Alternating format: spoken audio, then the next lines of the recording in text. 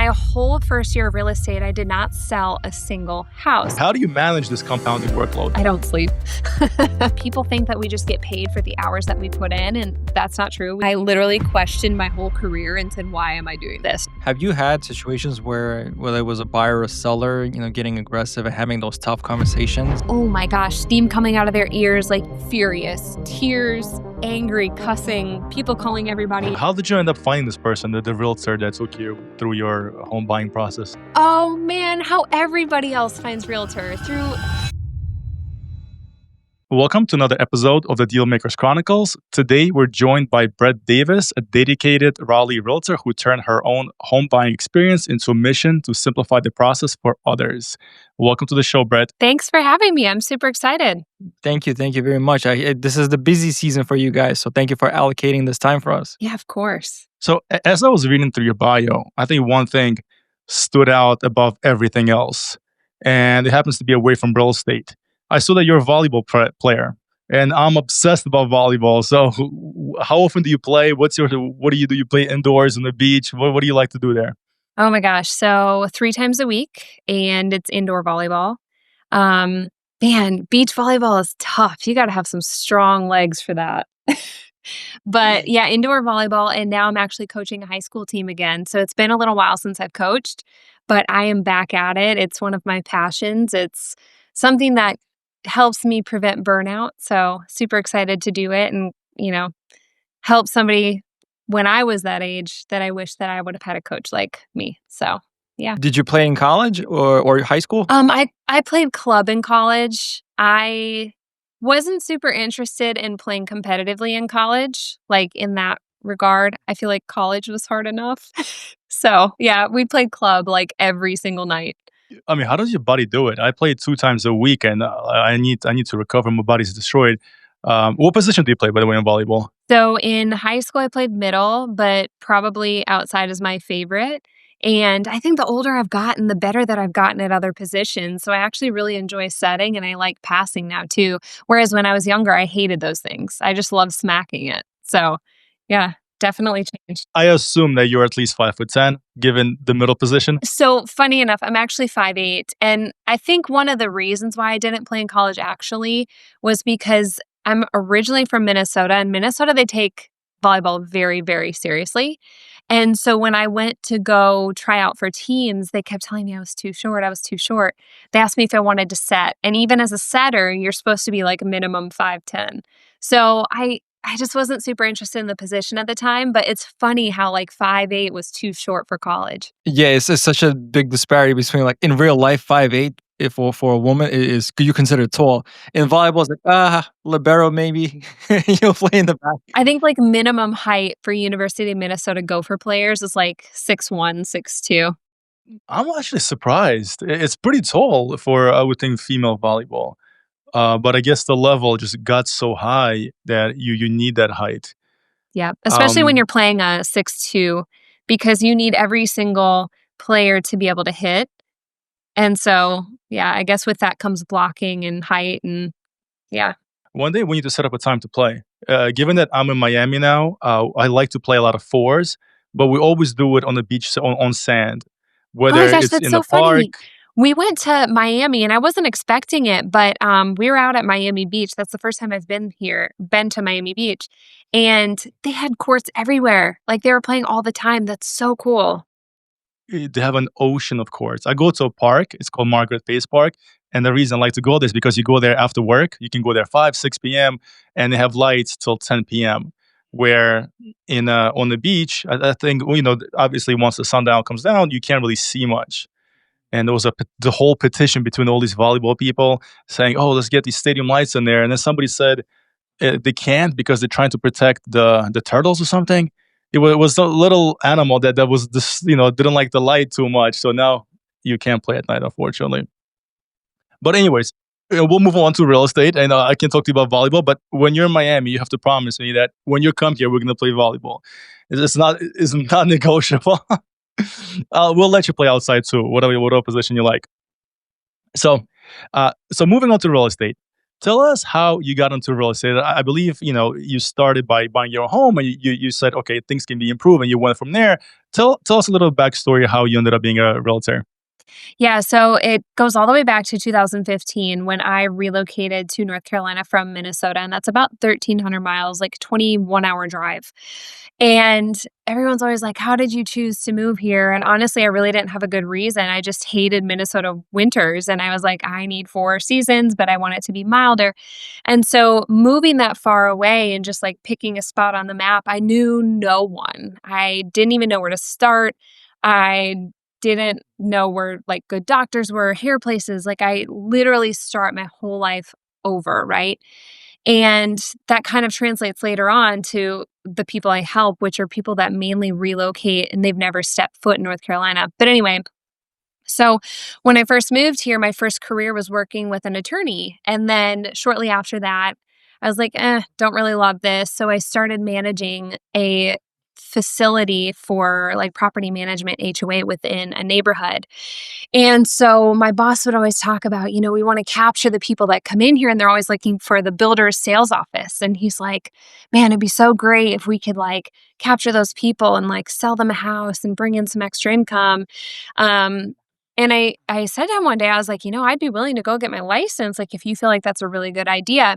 So long story short, I got my license. I'm a super like driven, decisive person. So like when I do something, I usually want to move really fast. And it was taking longer than I had expected it to kind of set that office up within that facility. And so one day I just said, you know what, I have to branch off and I have to go do this. Now I have this license, like there's so much potential. Now I'm going to go do it.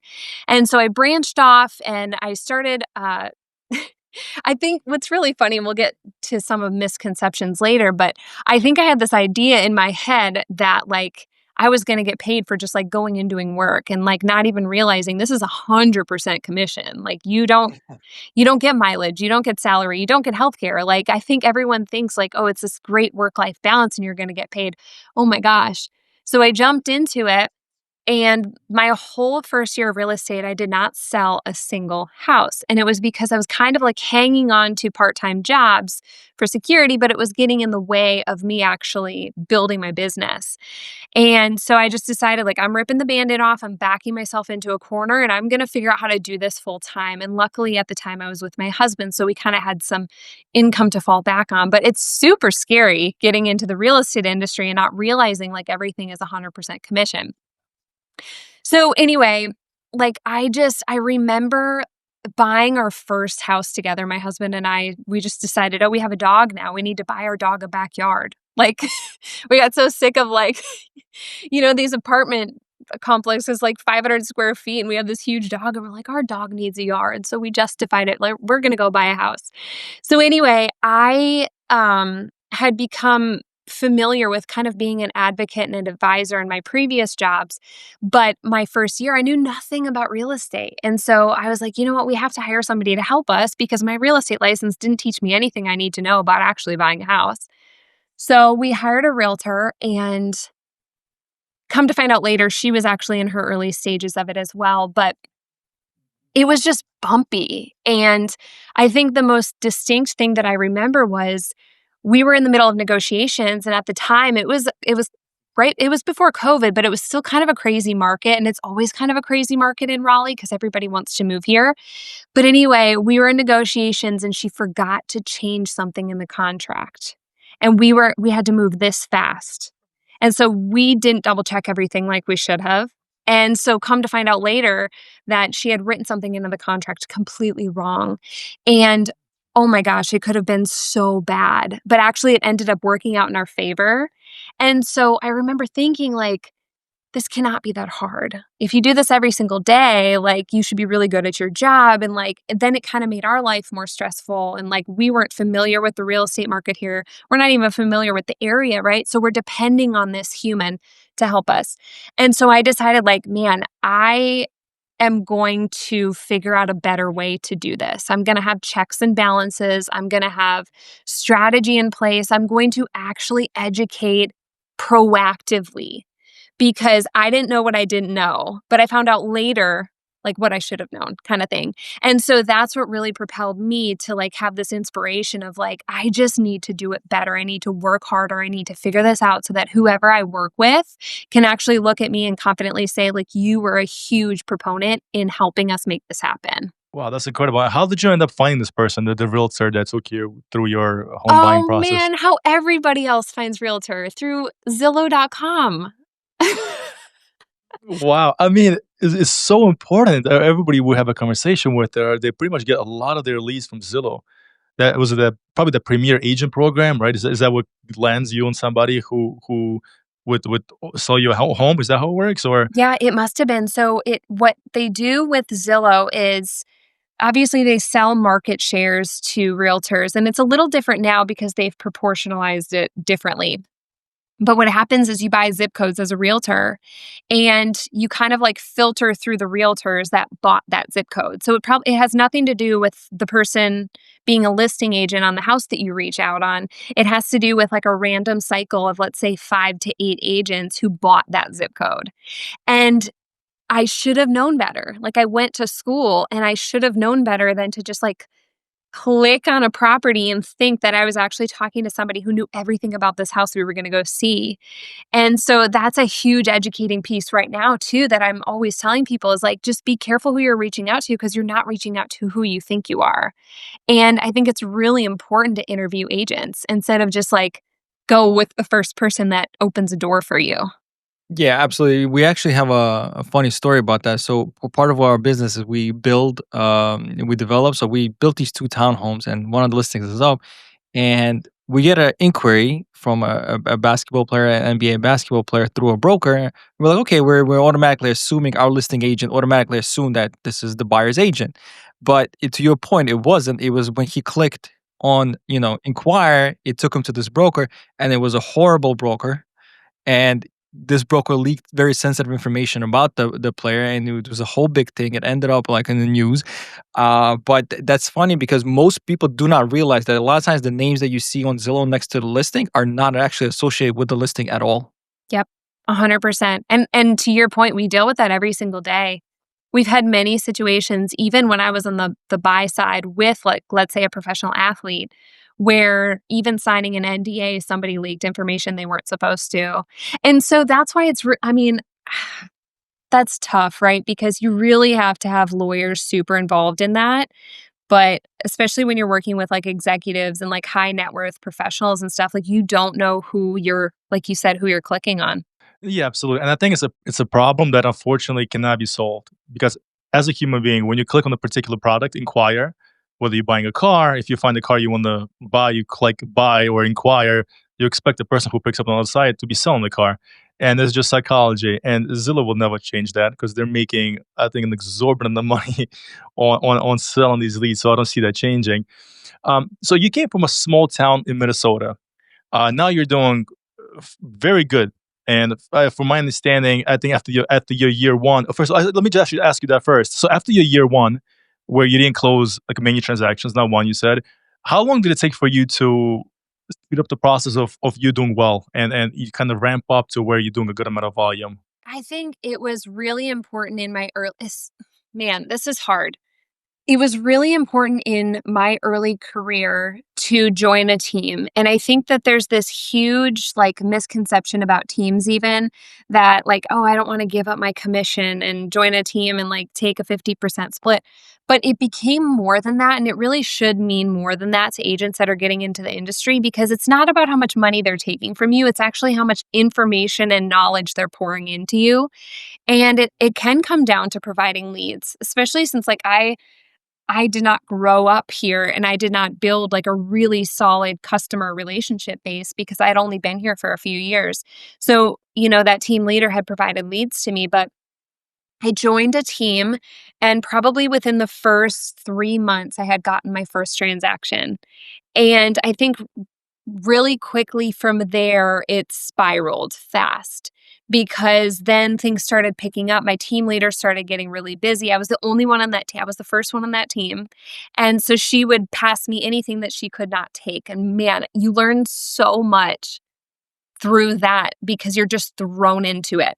And of course, she was there for guidance and helping me write the offer properly. But like, I was so cognizant of all the things that had gotten messed up during my transaction and making sure that it was not happening. And then, of course, a new problem would arise. But yeah, so year one, I think I did 18 transactions between March and December. And then it doubled every year after that. So it kind of snowballed really quickly. Wow. And you're still, I mean, you're able to handle that volume. Are you doing it by yourself? Do you have an assistant on staff? Do you have a team of your own now where you give them listings? Or, I mean, that's a lot of volume you're doing every year. Yeah, so I stayed on a team for a few years, and then in 2020, right before the world shut down, like 2 weeks before the world shut down, I started a team, and I got up to anywhere between 10 to 12 agents running a team like that. I did that for 4 years, and at the end of the 4 years, I decided, you know what, I want to get away from managing a little bit and I want to get back to what I really enjoyed, which was working face to face with my clients. I figured out that was like my strong suit. So my team went other places and then I hired a showing partner. And so between my showing partner and I, and then of course my transaction coordinator, we handle all of it as of right now. Very nice. What would you say in building your team? What kind of values of coming from a small town, family oriented town, did you bring to building that team? What is your basically the question is what is your style in terms of building? Everybody has their own thing. Some teams are built through, okay, we're gonna be cold calling 200 leads a day. Others are more nurturing into relationships and events and all the other things. What is your style for your team? Yeah, so I think a lot of the values that I brought from coming from a small town was just there's a really big sense of loyalty and hard work. Like I always say, like if you hire me or work with me, like I will outwork every single person you know. I'm probably the hardest working person that I know. And so with that hard work and, bringing on a team, I felt like I was working really hard to make my agents' jobs easier. So I would work overtime. If they needed something, I would do it. You're kind of like leading from the front, right? Like you do it, I do it. Like I do it first. I'm never going to ask you to do anything that I would never do. But if you need assistance, you're going out of town, like I am the first one to volunteer to help. And I think a lot of like my coaching background too was very educational. And so it was very important for me to set up my agents in a position where they had all of the resources and information that could empower them to make their jobs easier. And so that's why we actually ended up transitioning to the firm that we're at now and kind of plugging into all of that knowledge was because we had so much new training. And with an industry that's constantly changing every single day, you can't just work off of information that you knew from yesterday. Like you're working with people on different coasts and different countries and you're like evolving with the issues that come with different markets and it's never the same. So I would say just working hard to like serve them first, and then also just making sure that they had all the tools that they needed. And I feel like I still act like that with my showing partner. Like I want her to set herself up for success too. She's not always going to be working with me, but I want her to be able to take what she's learned here and bring it wherever she goes. In terms of doubling your business every year, I'm thinking, and wow, this can snowball into a lot. And if it keeps going, it'll be, a ton. How what would you say outside of working hard? Because I feel like there's a lot of people who do work hard, but I think working hard without direction, it doesn't really get you anywhere. So it's like a difference between just practicing a particular something and doing deliberate practice. Oftentimes, working hard on something or even practicing the wrong stroke in golf or even learning bad habits in volleyball can lead you on the wrong path. So outside of just working hard, and it takes much more than that to get to where you are and increasing your volume the way you did. What would you say is the biggest contributing factor to that? I think what I learned really quickly was that people who knew, liked, and trust me were gonna be the easiest to work with because they either already had the experience with somebody that they know, like, and trust, or they have experience working with me and they trust me. And so you talk about working harder, you also have to work very smart. And so my focus very early on was I am going to take the business that I have and I'm going to nurture the heck out of it. And so you Mhm. asked about like, what is your strategy for like continuing to grow that business? For me, it was constantly staying top of mind, whether that means that they're getting a birthday card, they're getting an anniversary card, they're always invited to our events. I have them set up on newsletters that are extremely educational. They're not like the typical, oh, we have this for sale. No, it's like, here's what's going on in your market that I think is really important for you to know. And then they also get home value stuff. So, like, here's what you bought your house for. Here's what it's worth today. This is significant for you to pay attention to. And so, working really hard for the clients that you currently have is going to turn into tons of referrals. And so, the thing I always think about that analogy of like when you go to a retail store where you're going to try on clothes, you don't care who's going to let you into the dressing room. It's just going to be the person who's closest to the door. That's who you're going to ask to unlock it. Of And course. so somebody told me that in my first 2 years of real estate. And I said, oh, heck no. I've worked way too hard to build this relationship for somebody to be at a family barbecue this weekend and they say, oh, I'm a realtor. And then the client says, oh, wow, we want to go see a house. You should show it to us. Like, I want to be that person. So, top of mind and building those relationships was significant. And that was the way that I worked smarter. And I think sometimes, like, when people ask me, like, realtors would be like, well, that can't be all that you do. Like, don't you do this, this, and this, and this, and cold calling? Cold calling is not my tactic. That is not my personality. I hate to be cold called. If I were to cold call, I would have to be like, there would have to be the zero business for me because it would take a lot for me to get to that point. And the teams that I was on and the firm owners that would tell me, Brett, get on the phones. And I would say, that's not the way I want to run my business. They kind of like gaslit me a little bit. Like, well, then you're never going to be successful. And like, I can't believe. So, what's really fun is like proving people wrong that that is not the only way to do it. There's not like one path to success. But once you figure out what you're really good at and you see that it's working, and then you just like double down on that, that's what I did.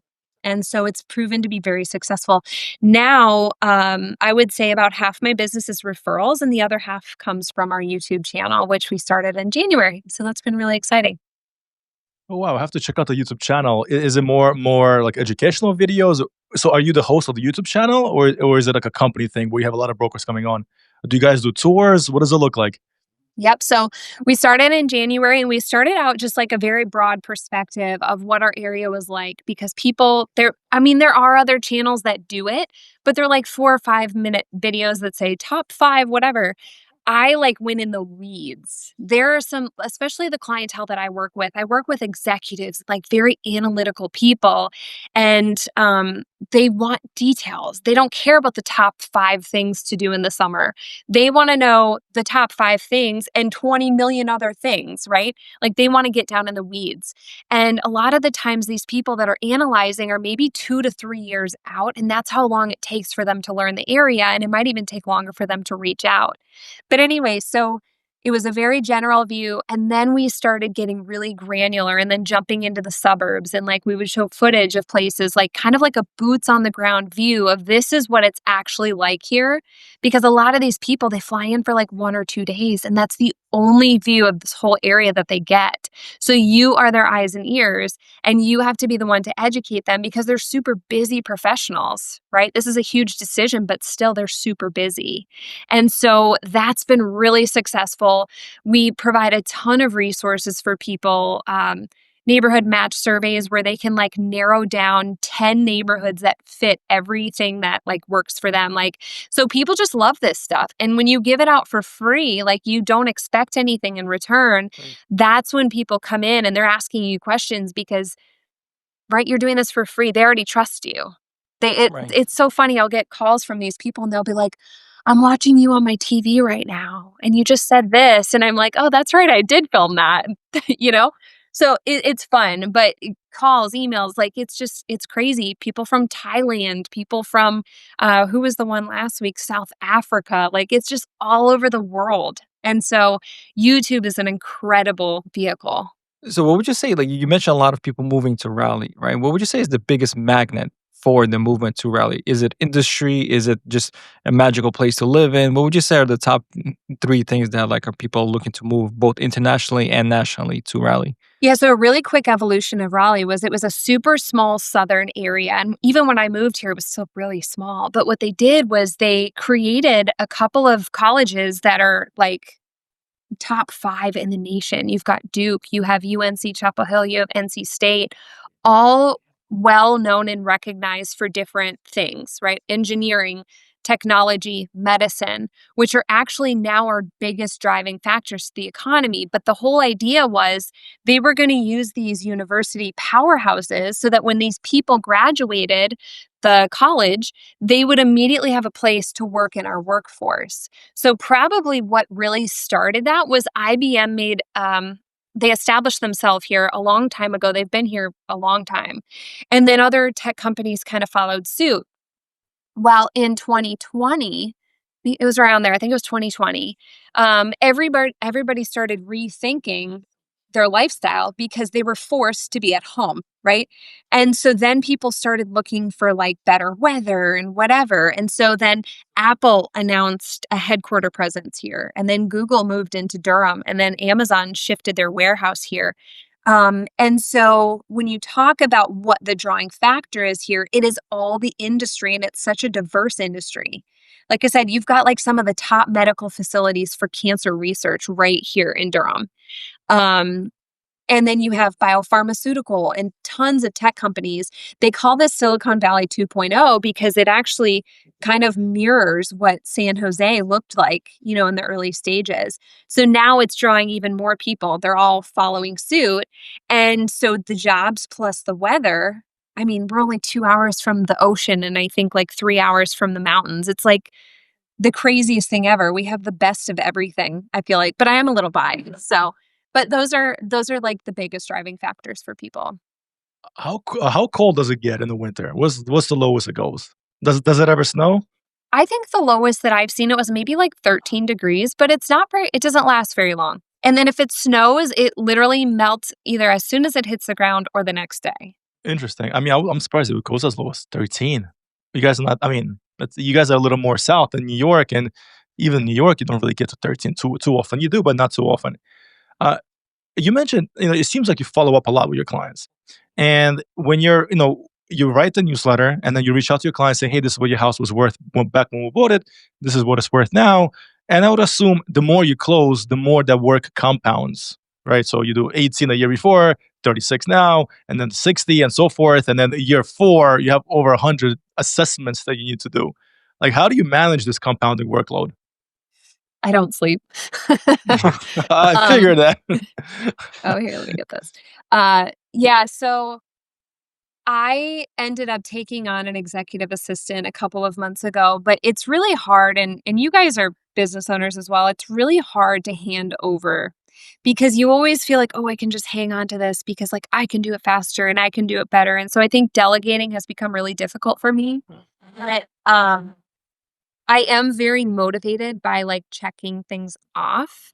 And so I just break it down. Have you guys ever read Atomic Habits?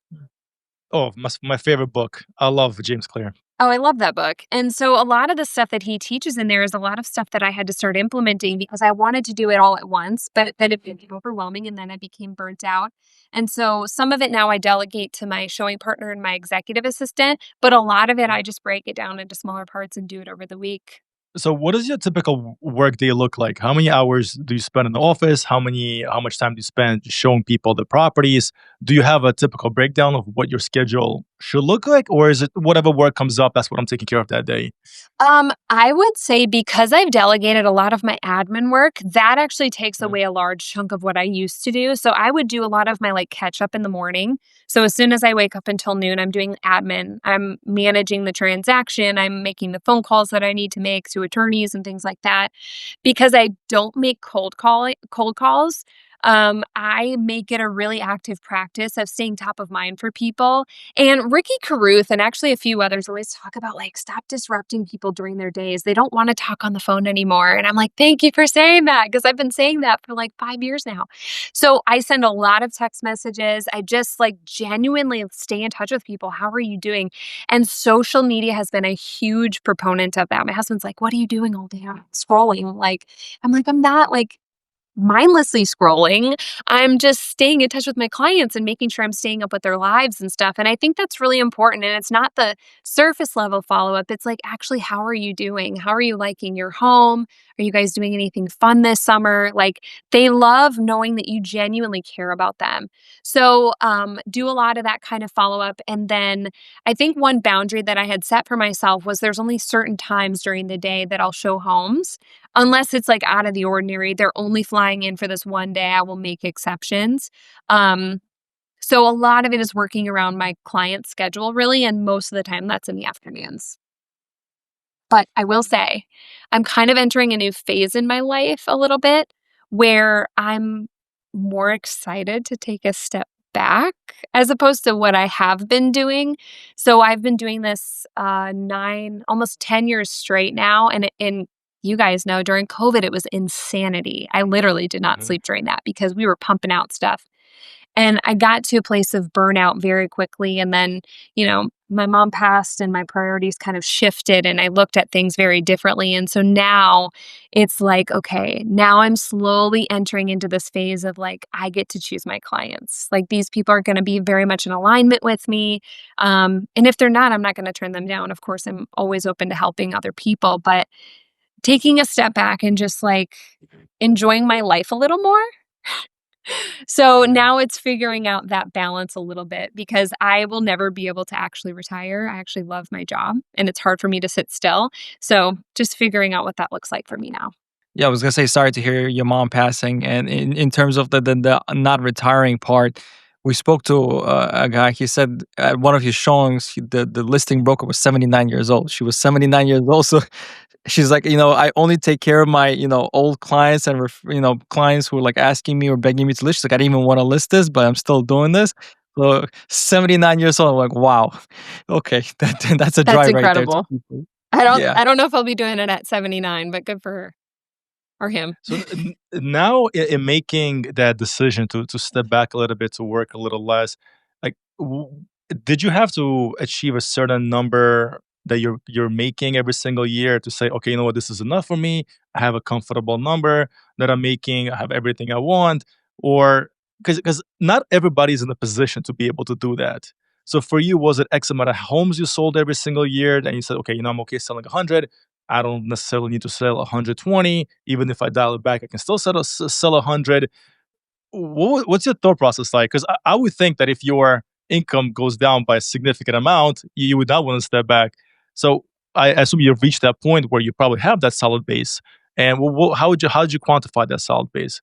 Yeah, so just to give you guys a little background, I was writing contracts on my wedding day. Like that's how crazy it was. And so like there was a lot of perspective shifts along the way and I loved working and it was kind of addicting at one point to like get 10 under contract in 1 month. It was kind of crazy. But I think that about a year ago, I took a class where it really talked about niching down and figuring out your customer avatar. And I think it's really scary for people to niche down because, especially when the market is shifting, everyone's always like, I just need to take what I get because it's slowing down and whatever. And I said, you know what?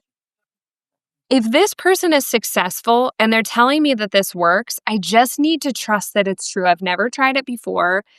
And so with anything else, it's like success leaves clues. You follow the people that have done it and they're successful and you just trust it because not a lot of people have the courage to really do that. And so what I did was I have whiteboards all over my walls, but I wrote on my whiteboard, like who my niche was, and I wanted to increase my price point. I wanted to work smarter again, and the way to work smarter and make more money was increasing my price point and bringing down my overhead. That was the way that I was going to create the most margin. And actually, with that, running a team is super expensive. And so when that happened, I was like, oh, wow, okay, now it actually opens up money for me to be able to do things that I hadn't done before, right? And so now I'm shifting it around. But within the last year, that's when we really pivoted to working with like professional athletes and coaching staff and things like that. And so my price point has started bumping up. And so you do less, right? But you have a higher price point now that it just makes more sense. Right? And so that's kind of what happened for me. But also I'm a very non-traditional millennial, I think. And I don't know, maybe I just need to talk to more millennials. But For my husband and I, we had a lot of priorities with making sure that we were paying down our debt really quickly, getting rid of our debt, paying off our house early. Like that was really important to us. So, as those financial goals started being able to like check off the list, right? The less bills you have, the more money you have because you're not making monthly payments. That money is going in your pocket or it's going to your where you donate it or like it prioritizes in different areas of your life. And so that's where I really started feeling comfortable of like, well, if I wanted to, I could retire tomorrow. But like I said, I wouldn't be able to. So I think just working smarter and niching down is actually really surprisingly a good idea. And you have to trust it because you'll get to a point where you think it's not working and you're like, oh man, I ran out. Like now it's time to Right. take everything I can get. No, you really have to trust that. You really have to be intentional of these are the people I want to work with. This is the price point I want to be in and go with it. Going back to your that example, you said you were writing a contract on your wedding day. What does your husband do for a living? Is he like work orientated and driven as you are, or he's more of like the passive person that kind of compliments you, where he's more passive and you're more ambitious? Yeah, so between my husband and I, I'm a very big picture thinker, and he is a software engineer, so he's like very organized and detailed and analytical. And so during the day, he does his day job, but he's actually my behind the scenes on finances and technology. And I could not run my business without somebody doing that for me. Otherwise, I would be much slower at it than I am now. So actually, he's the one who like sets all the cameras up and makes sure all the audio is working for all my YouTube videos and he uploads it and makes sure that we have enough storage, like things that you don't really think about logistically until you're sitting down and doing it. So he makes me more efficient and we actually complement each other really well.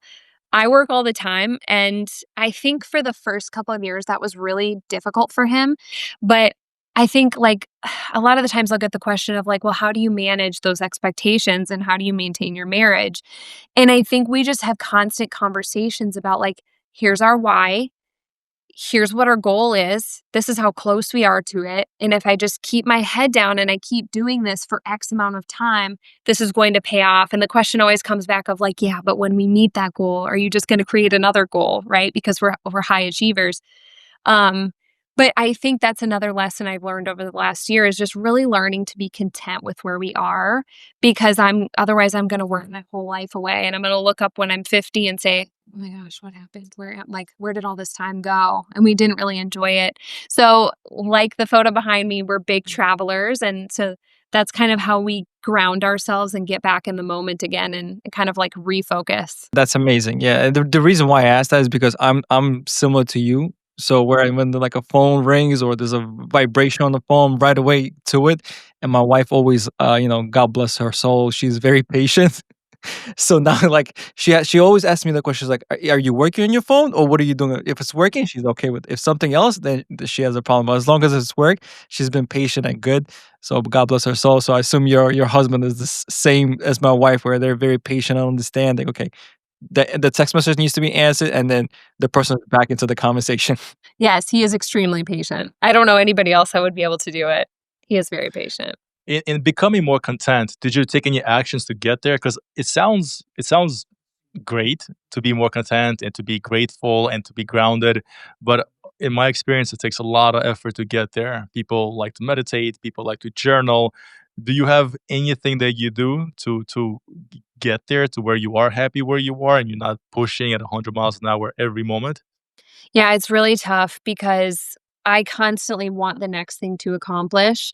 I think that, having a death close to you really changes things. But even if you don't have that perspective shift, and maybe it's something else that shifts your perspective, even if you don't have those things, I think being really intentional with gratitude, like that was something like every single morning, it's kinda like when you pray, you have to get yourself in the zone, right? Like, deep breaths, I, like, need to focus because it's hard when you hear your phone ring or, like, the guy next door leaf blowing or whatever, it's like, get in the zone, and, like, you talk about meditation, it's very similar to that. Get in the zone and just really be grateful for what you have because, I guess another perspective shift was we have gone on missions in Africa as well, and I always think back to that mission trip and like how much they don't have there. and they're so happy anyway. Like, that's the crazy thing. They have nothing in Africa, but they're so happy. And like all the things that I have, I remember preparing for that trip, they would say, like, you can't say certain things. Like, we couldn't talk about how we brought our dog to the vet and spent $200 because to them, they can't even fathom that concept. Like $200 would be like $1,000,000 to them. So like having those conversations and then thinking like, oh my gosh, $200 is a fortune. Like, how lucky am I to be able to not have to worry about that? And so you ground yourself in certain ways, and gratitude is a really big thing for me, but also I'm a visual person. So with all these whiteboards, I'm constantly looking at like my why. You know, I don't know if you guys have seen this reel, but it's going around now of like that's kind of the whole point, right? And it's like videos of them playing with their kids. But like you so easily forget that the whole reason you're working is because of your why, but you're so busy working that you forget about it. And so like if your reason is you want to be able to spend more time with your kids, but you're working 24/7, that's the whole point. And so I feel like just those little things and like just being grateful, but being content where you are because you know, especially if you're a believer, I know that my path is chosen for me and it's my job to just be obedient to that and work really hard. And I know I'll be taken care of. So, Yeah, I think a lot of people are, especially in this hustle culture, they're afraid to slow down because if they slow down, I think they're dropping the ball. And a lot of people misunderstand being contempt and being complacent. To them, it's the same. And unless you can make the distinction between the two, I don't care how much money you make, you'll be miserable. And me and my brother, we have a commercial mortgage company, a residential mortgage company. Through our commercial mortgage company, we have a lot of developers and investors who make an exorbitant amount of money. And I promise you, Brett, some of these people, I've never seen them smile. I don't even know what their teeth look like. They just never smile. So they're always like, I gotta get the next deal. I know somebody else will come up behind me, somebody who's younger, more ambitious, somebody who has more family office relationships is just never ending. And also to what you said about traveling, I don't think you can get that experience anywhere where you actually see for yourself how bad somebody else has and to be grateful for what you have. One thing is saying, yeah, we're first of all, just even being in this country is like you're a hundredfold above everybody else. But to feel it, yeah, it's not easy to convince yourself unless your eyes see it. You can read articles, you can do whatever, but in what you're doing with your husband, you're actually going there, you're seeing it. I think that's the best way. absolutely. It gives you such an incredible perspective on life. You learn so much. Absolutely, absolutely. So going back to more of real estate, you had a pretty challenging experience, I think, buying your first home with a realtor who wasn't as competent. What are some of the things if a first time homeowner reaches out to you and says, Brett, what are some of the things I should be looking out for in buying my first home? I don't want this to be a stressful process. Advise me on how to make this easy. Like, what is the conversation like with a first time home buyer? Okay, so there's a lot of different dynamics with first-time home buyers because they have zero context and they have zero experience doing this ever. And sometimes the dynamic of the parents come in and then their parent is there helping. Sometimes it's just them and so it's different, right? You kind of have to work with the dynamics of what you're dealing with in front of you. And so in North Carolina, well, I'll just say this on a national level, just make sure that you connect with an agent early and often because every single state has different laws and different ways of doing things. So in North Carolina, we have what's called a due diligence period, and we're actually a buyer beware state, which is very different than pretty much every single state in the country.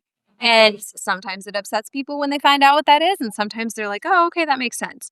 So essentially, what it is somebody comes and they make an offer on a home. And as a part of that offer, they're making a hefty deposit in some cases to the seller. So let's say that it's a $500,000 house, and let's say your deposit is $5,000. If you walk away for any reason or zero reason at all, it could have to do with your appraisal not coming in where it needs to. It could have to do with your home inspection and the seller's unwilling to negotiate. It could have to do with you just simply changed your mind. You lose that money. The seller gets to keep it. And then we also have earnest money, which I think every state has. So that's an additional deposit that protects you from the time due diligence ends and closing. So I think meeting with your agent early and often to understand the local like rules and how it differs from where you are. So I'll give you a good example. Had a first time home buyer and their dad was very involved. But their dad was giving them information based on the state that he lived in, and it didn't apply here.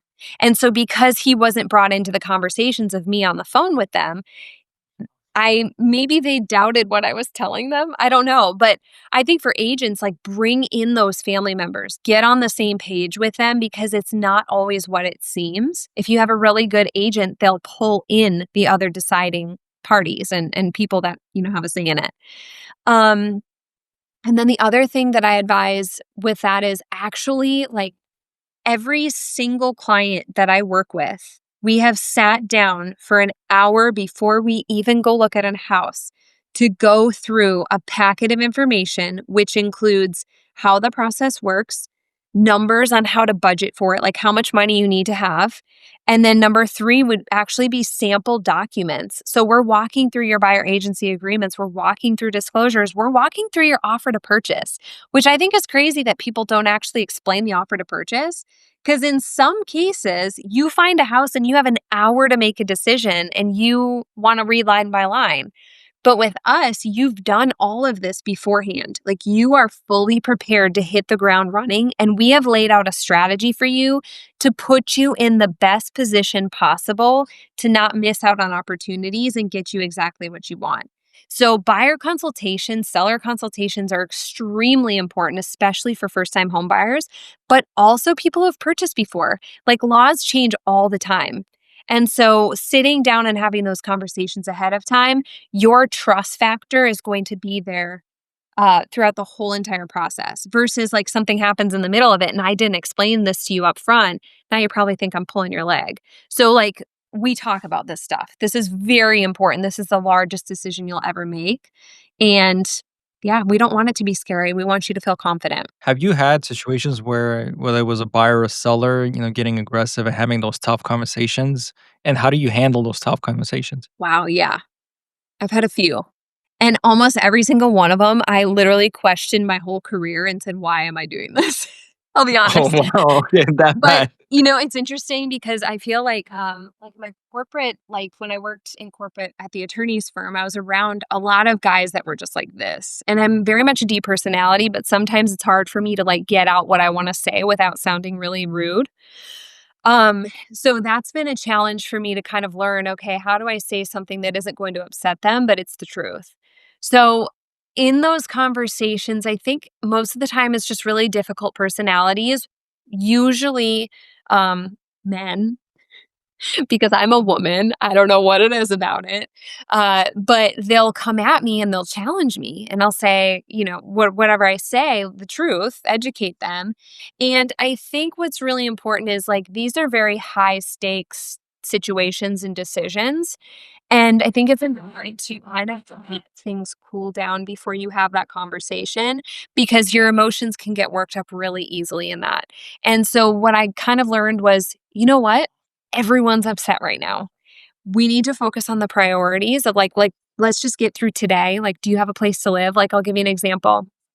We just had a transaction where we got to the closing table and the lender did not account for about $10,000 worth that the buyer had to come to the table with. So we sat down, we had all the final numbers, and then the numbers changed right as we were sitting down.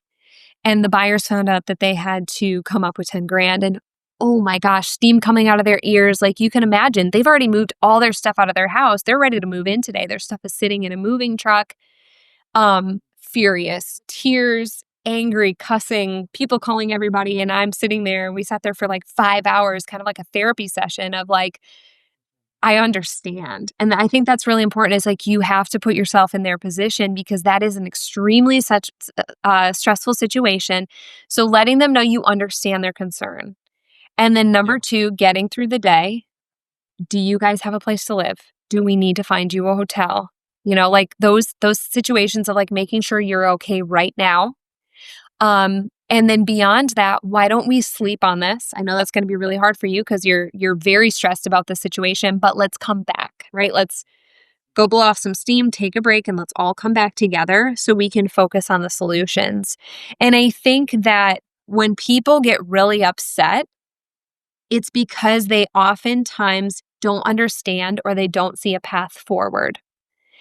For very analytical people, it's they don't see a path forward. And I've had situations where, an older gentleman, very experienced with purchasing homes, and a fee popped up, and it was minimal. It was a minimal fee.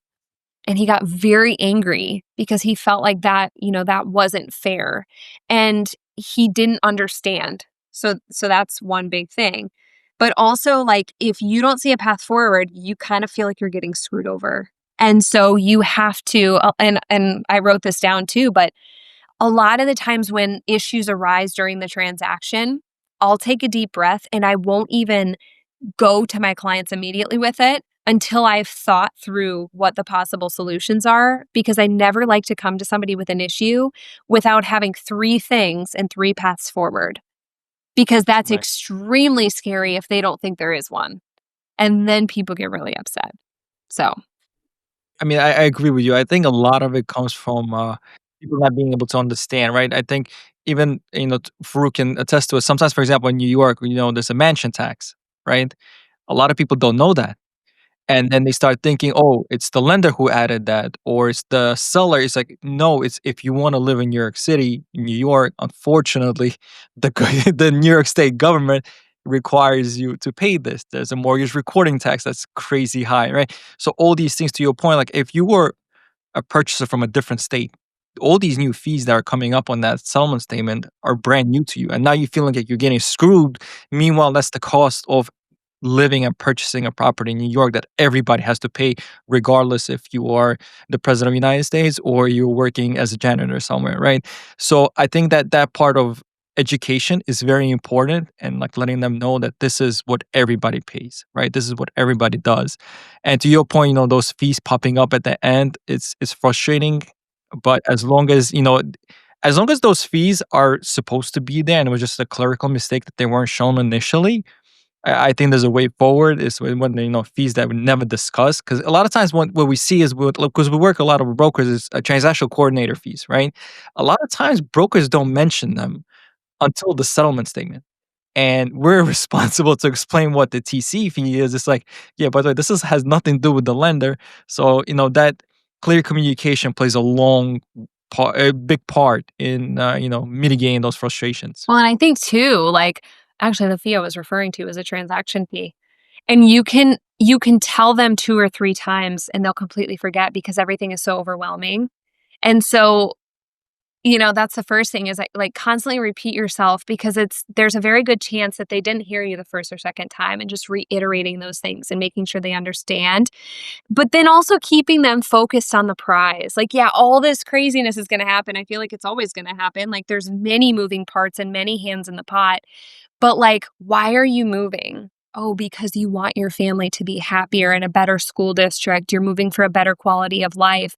Let's focus on that. All this other stuff I can help you navigate, but the emotions is only like making it worse.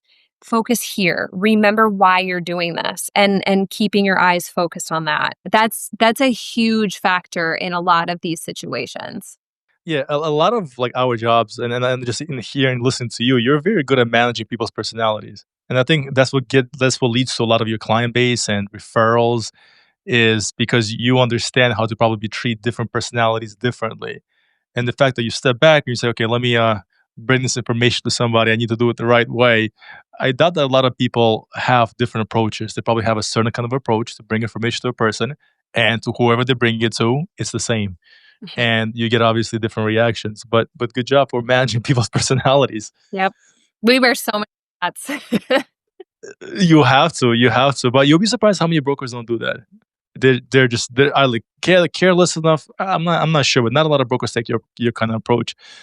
Do you have any kind of mansion tax or luxury tax in Raleigh or in North Carolina? Do you come across that, or you guys don't have that there? We don't. I think we just pay I think everybody pays the excise tax. Retail sales price divided by 500. It's just like a government tax, but it's very minimal. We don't have anything in terms of like a certain price point. Got it. Like in New York, like imagine buying a small one-bedroom apartment and paying a mansion tax. It almost is just disrespectful to everything in life. Like a mansion for a small one-bedroom. Do you recall your first deal? Like what it looked like, what you were thinking? Did you have good direction? Did you know everything you were doing? Did you have a good support system with your supervisors who kind of guiding you through it? What do you take us through your first deal? Yeah, so my first deal was actually with somebody who was moving here for a really high pressure job. So they were already under a lot of stress and making them feel cool and confident to like move forward on this because that was one of those situations where they were only here for 24 hours. They flew in, they flew out. And a lot of the times during those trips, you don't actually even get to see the house that you end up winning because a lot of the times here you have to make a couple offers on houses before you win one. And so the idea on that first trip was always to like familiarize them with the location and like get them comfortable with you. And then now they can trust you to kind of be the eyes and the ears. But the hard thing that comes with those transactions is you are the eyes and ears and they're not. Right. And so, uh, learned very quickly that I have to be extremely meticulous in documenting what I'm sending them because when somebody's not here to see something in person, it's very easy to point fingers of like, well, you missed this or whatever. Luckily, there was nothing major on this transaction, but I think about that all the time of like how many things could have gone wrong. And I don't know about you guys, but like sometimes I'll lay in bed at night, like wide awake, like, oh my gosh, I forgot to do this. What if this happens? Like you kind of like take on the stress of your day and the stress of your clients constantly because you know what tomorrow is going to bring. And if this goes sideways, you've got to figure out a way to like pull it all together. But I feel like each transaction brings their own challenges. And as long as you just remain solution focused and like there's always a way forward, you just have to figure out what that way forward is. I think that like being very resilient like that will do people a lot of good. But yes, I still lay awake at night thinking about all the liability that falls on our shoulders every single day. I'm like you. I stress until the closing is done and the wires are out. Even when I get message that we've closed, because we get those messages, right? Like from so until the wire hits the seller's account, everybody got paid. I don't count as official because I've seen situations where something comes up, something is wrong. This hasn't been recorded. This hasn't been done. I'm like, oh my God. So, between the clients, the sellers, and everything, I'm putting all those pieces together in the last day, it gets a little crazy. I was telling my brother the other day, we think back to when we first started. It's like I didn't know that I had to know what the job of a title person is. I did not know that my job is to know what the lawyer does, right? But now it's like almost I have to know what everybody does in order to make sure everybody does everything correctly. Thank God we have systems for it now where we have admins who take care of that. But there was a time where I was just going crazy.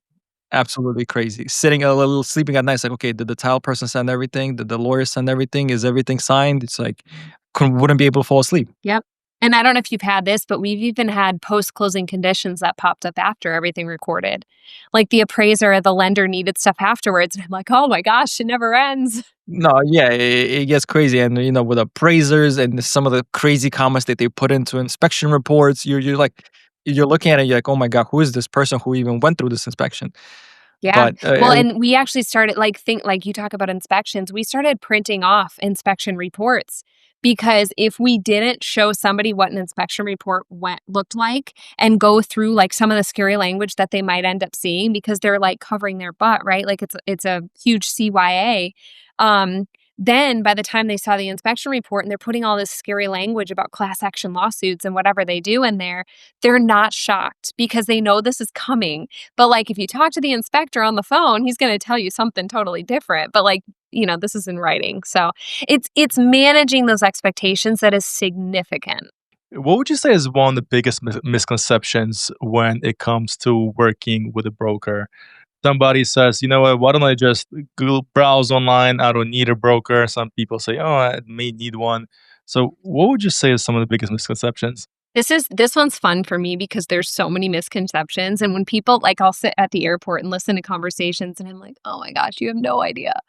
But honestly, there's not like a lot of education around it for the public of what we actually do. And so I feel like we were talking about you wear so many hats. Like think about this. You have to be super detail oriented and checking paperwork. You have to understand legal jargon. You have to communicate with every single person and coordinate in the transaction, attorneys, title companies, lender, the buyers, the seller's agent, the seller, like all this stuff. And then you also have to manage expectations, manage personalities, like figure out the solutions to all the problems that arise. Like there's so many things that we do that people don't realize. And I think, like, similar to what I thought when I got in the industry, people think that we just get paid for the hours that we put in. And that's not true. We don't get paid unless the home successfully closes. So it's a huge risk for us on the front end. We're doing all this work with no promise of actual, like, guaranteed pay. And so I think that that would solve a lot of misconceptions if people just knew that information. And then the other thing that I feel like people don't realize is, like, they'll look at their closing statement and they'll be like, oh, wow, you're making a lot of money from this. But they don't realize that I still haven't paid my broker. I still haven't paid my property taxes, which are pretty significant. I still haven't paid my overhead, my employees, like all the things that I do. And by the time it gets down to where I actually profit it, I still question, was all the stress worth it? You know what I'm saying? Like, what we deal with is worth to be paid a good amount of money, but at the same time, like, they're looking at those numbers and it's just not accurate. So I think a really successful transaction for me is that my client didn't know anything that went on that went badly behind the scenes. So, like, we're like ducks with our feet below the water and everything is smooth up here. I don't want them to know. I want them to think everything is going smoothly. So they must think that our jobs are super easy and we do nothing. And a lot of the times, like, I feel like people go through the whole transaction and they must wonder, like, what did we hire you for? But you don't realize how much we actually did. And so Yeah. then they think it's easy. Oh, I could sell my house. This looks fine. I mean, she didn't do that much, right? But oh my gosh, we do so much. So It's a double-edged sword making the process too easy, because then I think you literally just did nothing. So I think after you close, maybe you should send them a document saying, by the way, I had to put out this fire this time. I didn't sleep this night. I was thinking about your deal. So I think there should be like a tally that you send to everybody for them to be like, oh, you know what? I take it back. I'm sorry, Brett. You deserve more. Let me know if you need me to take you to dinner. There's actually a commercial that I saw on TV. I forgot for which brokerage, where the client, it's a buyer talking to a broker. It's like, oh, I don't want to do a percentage of sale or whatever it is. I'll pay you by hourly. And the guy's like, yeah, sure, no problem. And at the closing table, it's like a super high number. He's like, whoa, how did this happen? He's like, well, 600 hours driving and showing you apartments. Speaking to legal and this, so it's like a whole tally of every single thing that was done. It's like, wow, maybe I should have paid the percentage of the home. yeah, like a ledger. Here's all the hours I actually put in that you didn't see. Yeah, yeah, absolutely. So now, as your volume is exploding, are you losing that in-person touch, that custom approach to everybody, where you're able to allocate everybody the right amount of time they need to take them through the process, where they're not as stressed? Because I would think that job for you gets significantly harder, because there's just double the amount of conversations, double the amount of workload. Mhm. And I know admins do help with the administrative stuff, but a lot of these conversations must come from you. So how are you able to manage all this extra workload now in having these conversations, without just folding and it just crumbling pretty much? Yeah. So um, in 2020, when kind of everybody took a step back, my main focus was building in systems because I had been following a lot of people, just mentors of mine, talking about, like, now might feel really slow to you, but you need to prepare for when, like, the floodgates open up, and you don't want to be SOL when that happens. So I had a huge, huge, huge focus in 2020 on setting up proper systems because I like to be very efficient. If somebody messages me, I like to make sure that I'm getting back with them within an hour. Like, that's my turnaround time. I like to make sure that we have time to spend in person and I'm not bogged down with admin or whatever. And so what we did was we started researching, like, transaction management and, like, how we could make everything more efficient so that I am the face of it all, but behind the scenes things are still working, right? And so Monday.com was the best thing that ever happened to me. I don't know if you guys have ever heard of it or Is use it it. CRM? It's a social media like No, scheduling site. Oh, no. So it's CRM. it's like a project management software, Yeah. and I It's highly like recommend similar looking to like into it. HubSpot, Salesforce, right? Yes.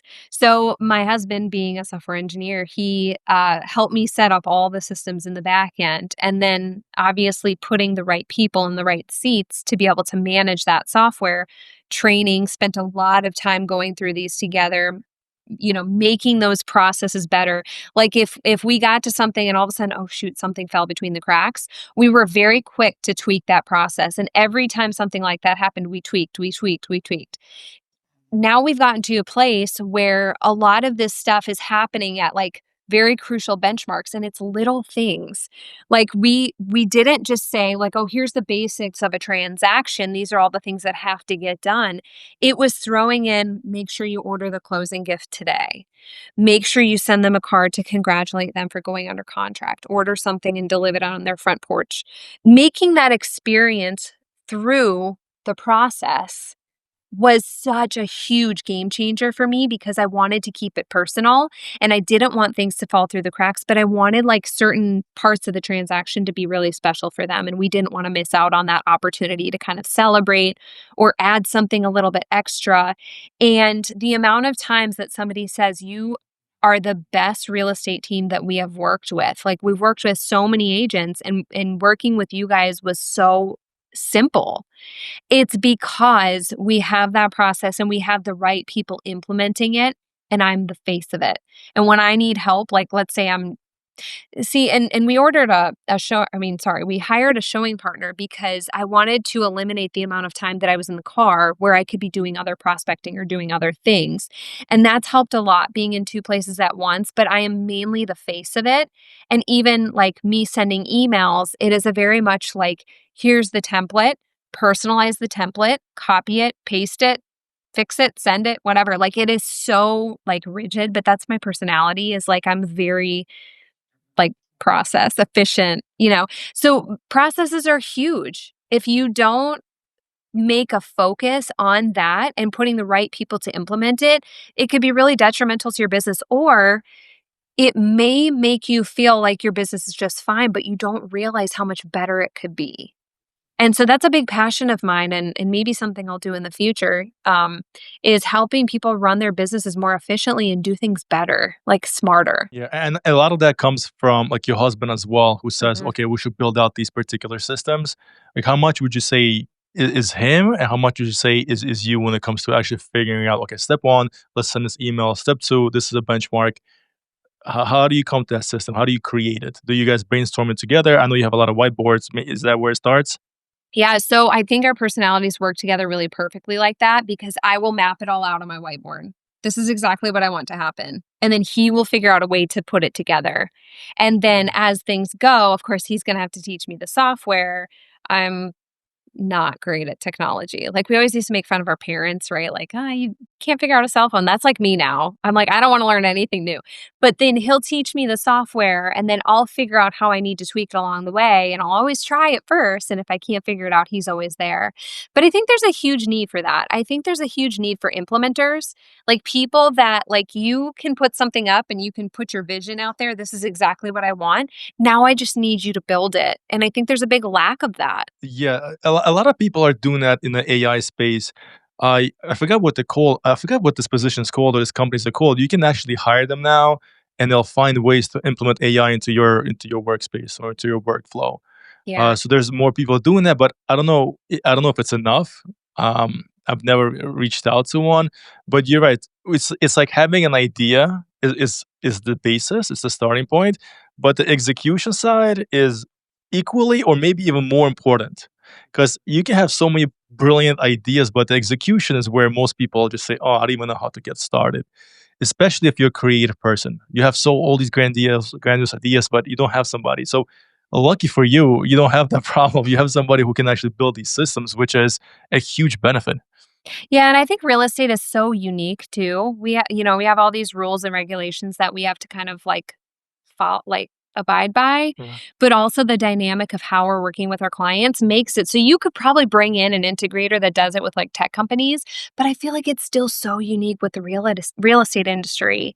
So, but yeah, I do have that on the back end, and I feel like I'm really lucky for that. That's one of the biggest things I'm grateful for. I don't think I could have done it without him. Now that you've you learned that balance where you're very appreciative of what you have, you're growing. What does the next 5 to 10 years look like for you? What are your goals? Because you mentioned earlier that you're very goal orientated, and what does that goal look like now on the whiteboard? So I have a really deep passion for like helping people get out of debt and building wealth, especially through real estate. I think that like I grew up in a pretty not wealthy family. And so I had 6 other siblings, and so money was spread very thin. And so then I got to college and I had to pay for all my own college, and I got out of college and I had all this debt. And luckily enough, I had an older sister who got me on a budget, which we never learned in school. We never learned anything. She was a financial advisor. And I started like paying off all this debt and realizing like, wow, if I don't have monthly bills and all this interest and debt and whatever, and I can like focus on that, it's more money that can go other places. And that's when I got really passionate. I actually originally wanted to just be an investor, like flip houses and stuff. Cause of course you see the TV shows and it looks like fun, Mhm. make all this money. But then it kind of turned into buying our first home, and then the market happened and it appreciated. And then we made wealth through selling our own first home and then buying our new one and kind of focusing on building wealth that way. And then now investments and things like that.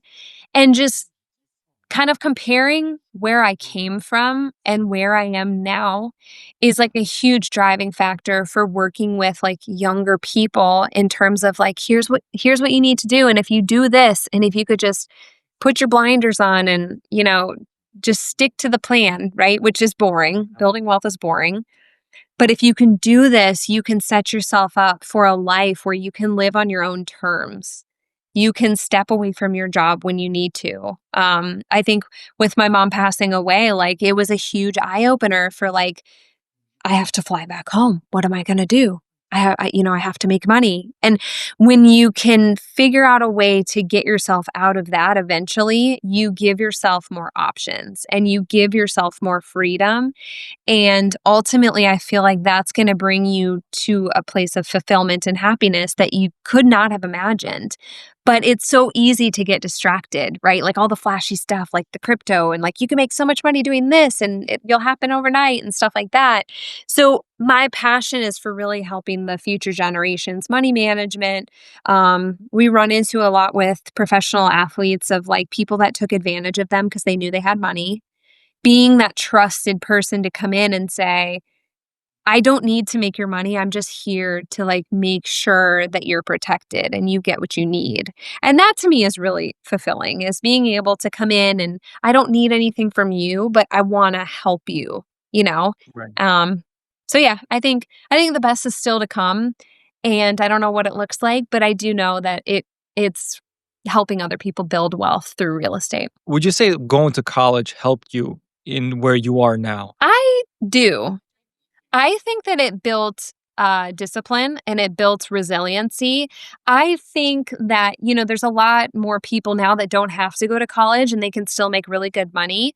But for me, there was a lot of lessons that I learned in college, and I had a psychology degree. I learned so much about people through that I feel like has benefited me in every aspect and stage of my life. So I think just the discipline and the resiliency and the communication and meeting people and figuring out how to deal with other people, like that was really big. I mean, earlier you said you're looking to kind of step back a little bit. Oh, not step back, but dial back. But from just listening to your like ambitious self, I'm under the impression that you're looking to start a brand new company that's looking to focus more on advising financially and so forth. I mean, I'm not that. I mean, that sounds like a lot of workload. So I think you're just getting started. And maybe I'm wrong. Did I misinterpret it incorrectly? No, I think it's funny. I always sign myself up for something else. So that's part of the being content part of it is how can I, because eventually we want to have kids and stuff, and how can I be a wife and how can I be at home in that capacity, but still be able to accomplish some of the dreams and goals that I have. So it'll be interesting. It's just one step at a time figuring it out. Yeah, it's not easy. It's a journey. But I think you have all the pieces in order. I think you have a very good support system, like within your family, with your husband, and you know exactly what you're doing. And I think you have incredible plans. And yeah, given this conversation, I don't think you're dialing back. I think you're only getting started, like you said a little later. Yeah, I think so as well. I think that you're only gearing up for the next stage. We could be wrong, but it sounds like you're gearing up for that next step of taking that next chapter in your life. Yeah, we shall find out. But Brett, it was absolutely incredible to have you. Your insight was absolutely incredible. It was very informative. I will look forward to following your career closely, and obviously, we'll stay in touch. I'll follow you on Instagram. I'll make sure that you don't go to Miami without reaching out to me and playing volleyball. That'll be the worst thing ever. Looking to do that. If I'm ever in North Carolina, maybe I'll sign up for indoor volleyball. Why not? But thank you so much for coming on. Good luck with absolutely everything you're doing, and I know you'll more than succeed in everything. Thank you Thank you. guys. This was fun. Let's do it again. Yeah, Absolutely. absolutely. We'll do one in a couple of years. Let's see where you are then. Sounds good. All right. Talk later. Bye. All right, bye.